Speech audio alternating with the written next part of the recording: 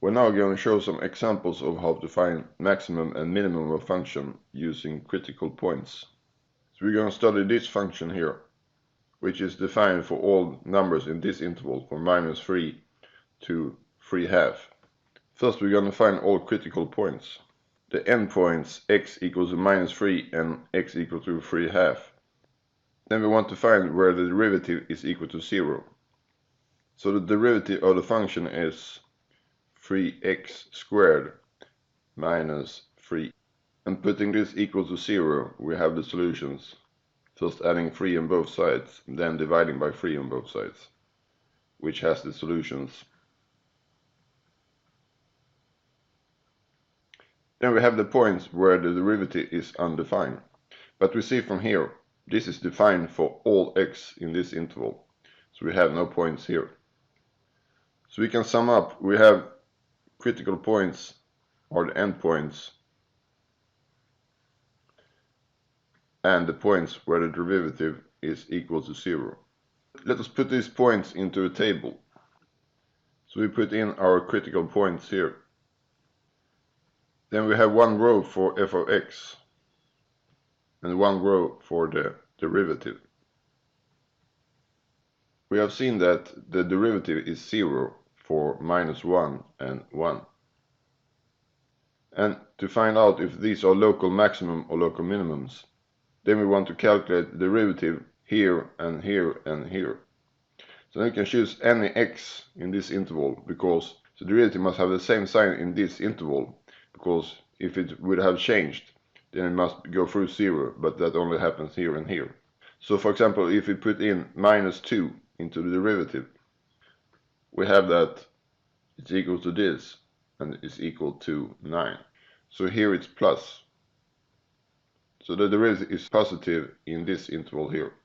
Then we can choose a point between -1 and 1, and let's choose 0 for simplicity. And then we get this, which is -3, and that's less than 0, so here we have minus. And finally, let's choose a number between 1 and 3/2. For example, 5/4, and we calculate this too, and we come to this. And already here we can stop calculating because we see this is bigger than this one, so you see this is positive. So we know that this is plus. So you see that the function increases here, decreases here, and increases here. And that means that we have a local maximum here.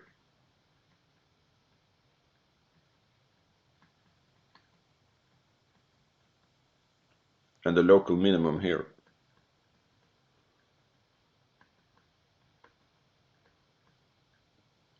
So then we only have to find the endpoints. So let us calculate what the function values are in these 2 points. So putting in -1 into here gives us 4. And for f of 1 is equal to 0. Then we need to find out if this is a global maximum and if this is a global minimum.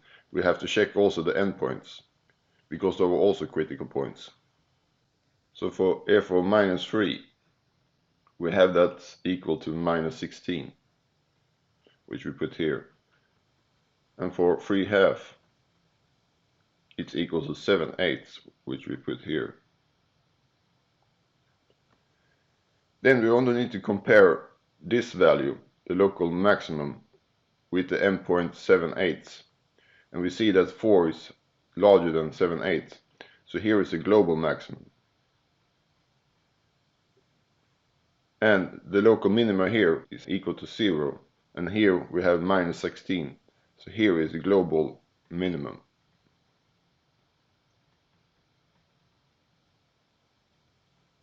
So now we have solved the problem algebraically, but we can check our solutions graphically. So if we plot the graph, we will get this one. So here we clearly see that we have a global maximum here for -1, which we also found. And then we have a local minimum for 1. And then we have a global minimum for -3. And this point is also a local maximum. But it's not a global maximum. The next problem we're going to look at is if we have a normal paper.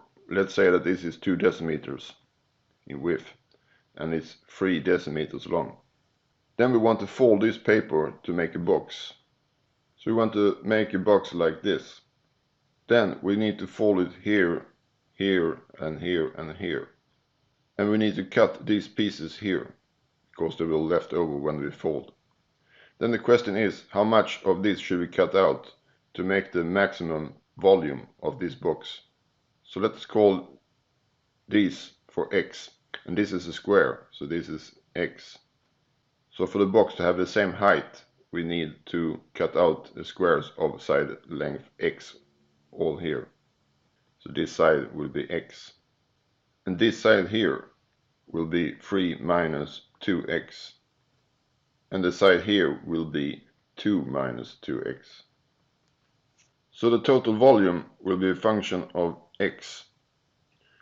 And it's given by x times 3 minus 2x times 2 minus 2x. The length of the sides here of the box. So we need to maximize this. And if we multiply these two, we'll get this one. We can also multiply in x here. Then we get this polynomial here. So then we need to find critical points. First we have the endpoints. And what are the endpoints here? The smallest x can be is x equal to 0. And the largest x can be is half this side. Then we need to find where the derivative is equal to 0. And then we get this equation. And this is a quadratic equation. And using ABC formula, we will find the solutions as this. And if we round off, we have this. But we see that this point here, this is outside the interval for where the function is defined. So we can't have a side of x larger than 1. So this is our critical point here. And the derivatives is defined for all x in the interval between 0 and 1. So we have no critical points here. If you want to see an example where we have critical points here, you can look in the book, for example. So our critical points is this one, and this one, when we have minus. So this one rounded off. So then we can make a table. Then we have the critical points 0, this one, and 1. And then we put the volume function and its derivative. First of all, we have seen that this is equal to 0 for the derivative. And if we put in this point into the volume, this is roughly 1.06.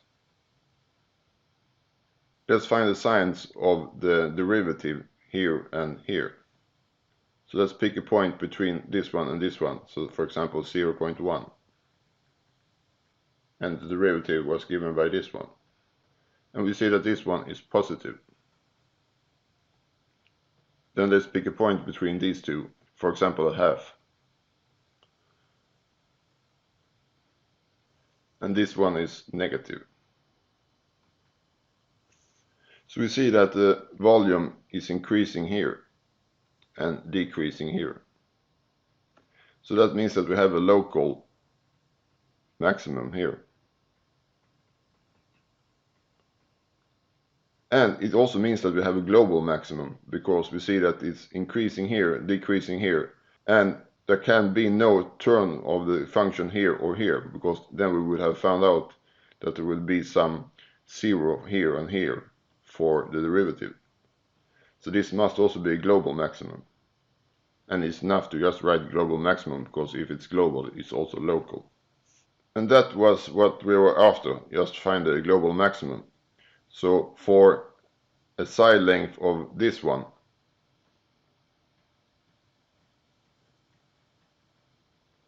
so when x is roughly 0.39 decimeters, that is, this side is 0.39 decimeters, then we have the maximum volume. And that volume is 1.06 square decimeters. And square decimeters, that's liter. So the maximum volume is 1.06 liters.